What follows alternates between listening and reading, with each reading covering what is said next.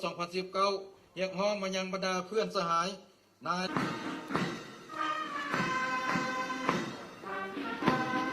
การหัวหน้าคณะที่นำซ้อมรบร่วมเหล่ารัสเซีย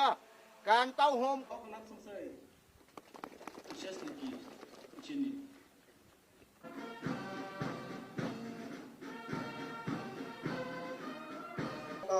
เขตทหารตาวินออกกำลังประกอบอาวุธสหพันธ์รัสเซียที่เคารพและนับถือ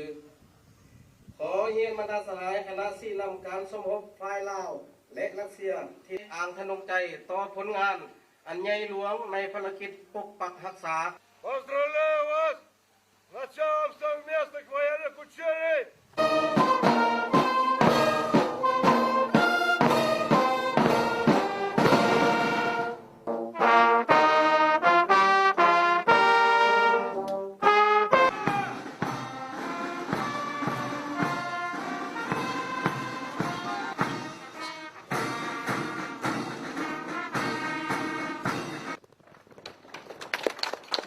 それが最後にしてもらう。